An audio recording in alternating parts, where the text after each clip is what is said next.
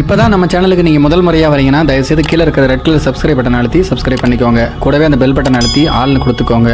அப்போ தான் நம்ம போடுற வீடியோ உங்களுக்கு தினமும் கிடைக்கும். சரி வாங்க இப்போ நம்ம வீடியோக்குள்ளே போகலாம். திருமணத்திற்கு முன்பே முதலிரவுக்கு ஒத்திகை நடத்தக்கூடிய சில வினோதமான பழக்கங்கள் ஒரு பழங்குடியின மக்களிடையே இருக்கிறது. அது என்ன அப்படிங்கிறத இந்த வீடியோவில் நாம இப்போ பார்க்கலாம். சத்தீஸ்கர் மாநிலத்தில் முரியா என்ற பழங்குடியின மக்களிடம் இளம் வயதில் யார் யாருடன் வேண்டுமானாலும் உடலுறவு வைத்துக் கொள்ளலாமாம். இப்படி ஒரு கலாச்சாரம் இருக்கிறது.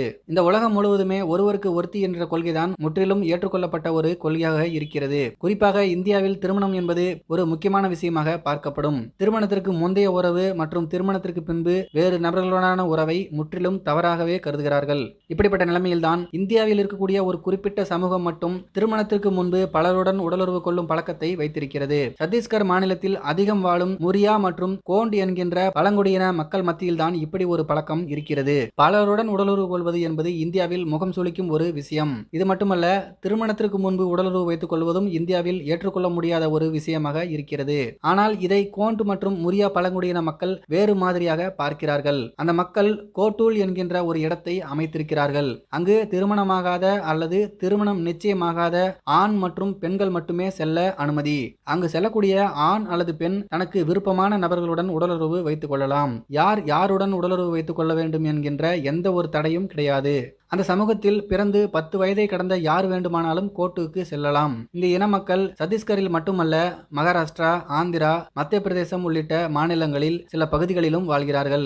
அங்கும் இந்த பழக்கம் இருக்கிறது. குறிப்பாக கோண்ட் இன மக்களை விட இந்த நடைமுறையை இன்றும் பழக்கமாக வைத்திருப்பது முரியா இன மக்கள்தான். இந்த கோட்டூல் என்கின்ற இடம் 10 வயதை கடந்த திருமணம் நிச்சயமாகாத ஆண் பெண் இருவரும் அங்கே வர வேண்டும். அங்கு யார் யாருடன் வேண்டுமானாலும் தங்கலாம். அவரவர் தனக்கு வேண்டிய நபரை தேர்வு செய்து கொள்ள உரிமை உள்ளது. ஆண் ஒரு பெண்ணுடன் தங்க வேண்டும் என விரும்பினால் அதற்கு அந்த பெண் சம்மதம் தெரிவிக்க வேண்டும். அதே போல ஒரு ஆணுடன் ஒரு பெண் தங்க வேண்டும் என விரும்பினால் அதற்கு அந்த ஆண் சம்மதம் தெரிவிக்க வேண்டும். ஆனால் பலருக்கு இப்படியான பல்வேறு நபர்களுடன் உடலுறவு கொள்வது அவர்களை தவறாக வழிநடத்தி விடாதா என்கின்ற கேள்வி உங்களுக்குள் எழலாம். ஆனால் அதற்கும் அவர்கள் விளக்கம் வைத்திருக்கிறார்கள். கோட்டூல் என்பது வெறும் உடலுறவு கொள்ளக்கூடிய இடம் மட்டும் கிடையாது. அங்கு தேர்வு செய்யும் நபர்கள் ஜோடியாக மட்டுமே தங்க வேண்டும். அவர்கள் தனிமையில் இருப்பதை வெளியில் உள்ளவர்கள் பார்க்க முடியாது. அதே போல அந்த கோட்டூலுக்கு என்கின்ற ஒரு சில விதிமுறைகள் இருக்கிறது. அங்கே ஒரு லீடர் ஒருத்தர் இருப்பார். அவர்தான் ஒட்டுமொத்த கோட்டூலுக்குமே பொறுப்பு. கோட்டூல் என்பது ஒரு செக்ஸ் பள்ளியாகவே இயங்கும். அங்கு உடலுறவு கொள்வது மட்டுமே வேலை இல்லை.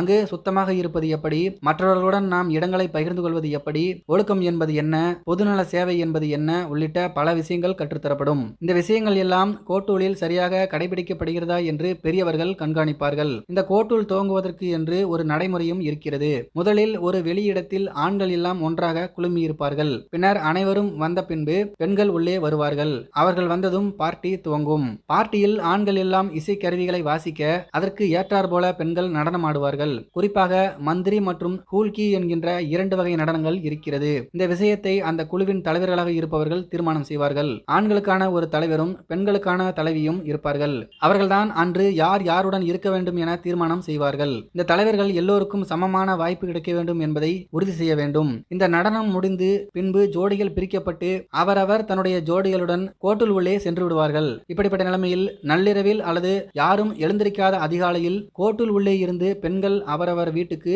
போய்விடுவார்களாம்.